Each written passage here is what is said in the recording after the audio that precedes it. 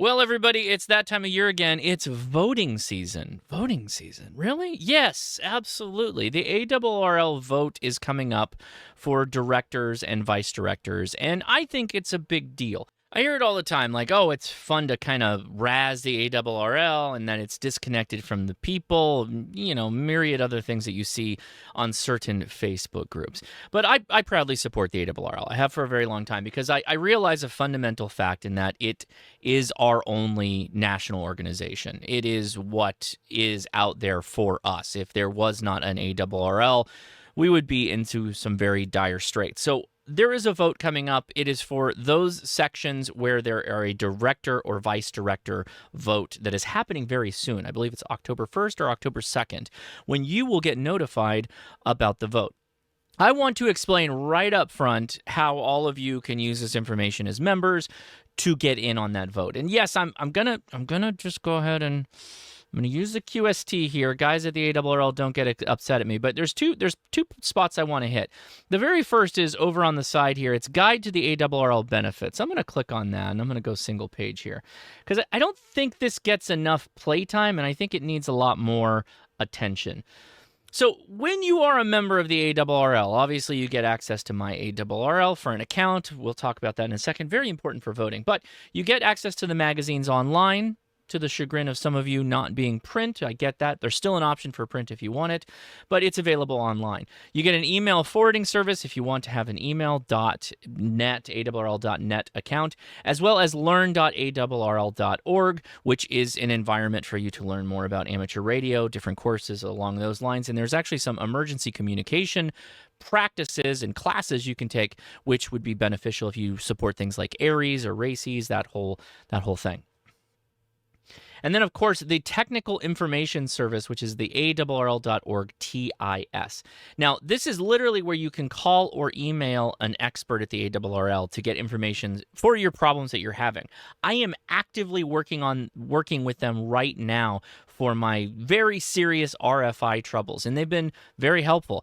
I send them videos, images, whatever I can, and they give me feedback on what I can use to help track the RFI that is outside my home. That is a fantastic resource.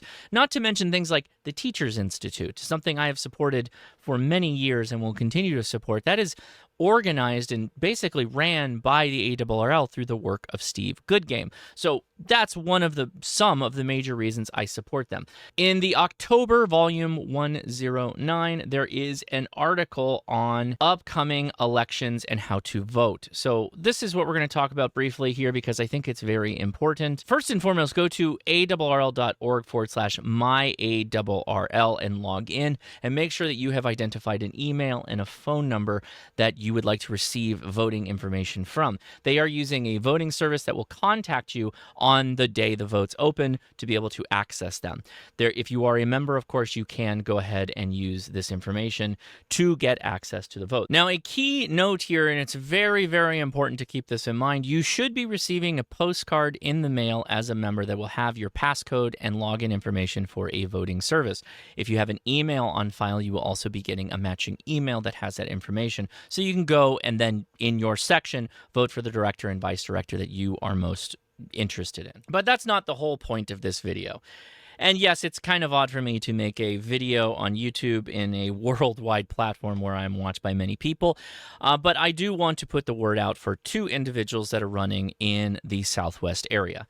Now, I am of the opinion, I have been for a very long time, that things need to get shaken up every once in a while. And we happen to have a director who has been in the job for close to 20 years. And I feel at this point, there is no succession plan. There is no way for some of these vice directors to come up and actually, spread their wings and fly a little bit and bring some new life to the board at the ARRL. I'm also a little saddened by the derision and some of the negativity that has came out from this director. So with that said, I am putting forward my support for two individuals. I will say, before going any further, there are some interesting rules at the ARRL. I was provided this information from my club. This was not given to me by any of the candidates, and I still support them regardless, but this is a requirement as part of the voting things that go on at the ARRL that I will just abide by because, that's the rule, and that is just okay by me. So first, W7RAP Rick Paquette for ARRL Director. I am in complete support of this individual taking on the role.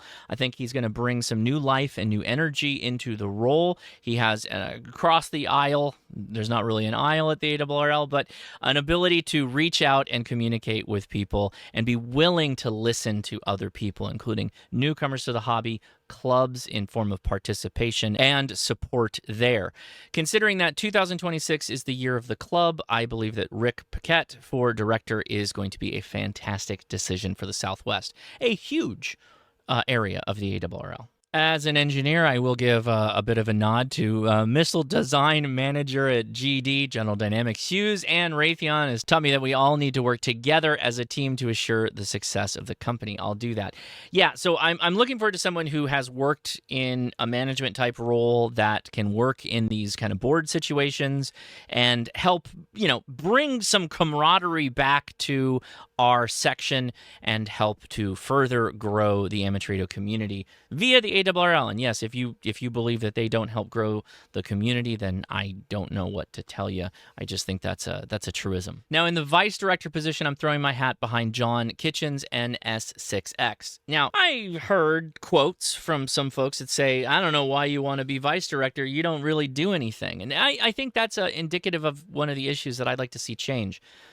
I think that there should be term limits to some degree. You decide what that is. I'm just throwing my hat in the sense that term limits allow for succession planning. And to do that means that you have to have a good, strong vice director, someone that you would look towards to take over your role as a director and continue the things that you have worked together and planned together in growing your area. I think John Kitchens is a perfect example of a ham that is active in the community with clubs, has already worked with many clubs in different areas, and has been active within the ARRL. This is a perfect person to learn what it is to become a director and then take over the reins whenever that transitions to him. The vice director role is one where I think having a ham that is very active, energetic, and communicative to clubs and hams in the area can feed that information to a director, particularly when they have a good rapport and good communication, and that will help the director immensely. And that is obviously a bidirectional path where the director will provide information about what it is to be a director to the vice director and help grow their positions. So I'm going to reiterate, to make this video short and sweet, Rick Paquette for Southwest Director and John Kitchens for Southwest Vice Director. I think it's going to bring some new energy to the positions. I'm very excited about that. I'm excited to see what it's like when we get the board all working together and they can communicate in a way that is beneficial and continue to make forward progress within the community. Obviously, I'm looking forward to next year, 2026, the year of the club. I want to see more outreach to clubs. I want to see clubs grow.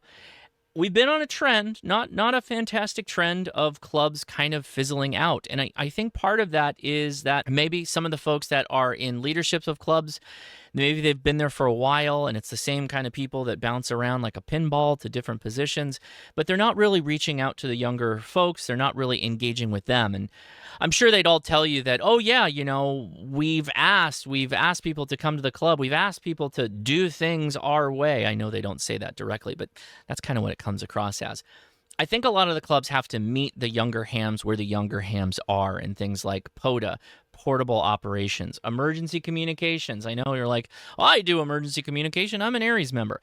Yes, but do you have a pace plan? Do you have a bug out bag? Do you have a personal communications system that you would use for a disaster situation? That personal individual communication, I think, is what a lot more clubs should be turning towards. Things like solar panel, being off-grid, those kind of things are going to appeal more to the youth than the traditional join another club. This one's called Aries, in addition to the club you're already in. I think we've done a good job at W6TRW. I can tell because we have an amazing amount of younger people that come out to our events. We do things like campouts and POTA activations when we are camping. We turn everything into a bit of fun. It is supposed to be about the fun, and to go back to what I was saying earlier, I think both Rick and John see ham radio as fun first and foremost. And I think that's what we really need now. I think we need to amplify the fun. It sounds really cheesy, but it's true. We need to focus more on the fun and less about the drama and, everything else that's going on. I get it. We got some big fights right now in the Senate and the House. I want to remind everybody to go take a look at the video I did with David Minster about the new tool that the ARRL provided. Almost one click, maybe after entering your address, and you will send a host of letters to the representatives in your area showing that you support the HOA bills that the ARRL has been fighting for years, spending many thousands and thousands of dollars to fight. We spent that money. We might as well make it work for us by getting these bills passed. So go take the link in the video description. Please support your whatever director it is in your area. Make sure you vote. You have to vote. You are a member. It is one of your things that you gotta do. And as always, thank you so much for watching. I'm Josh, KI6NAZ73.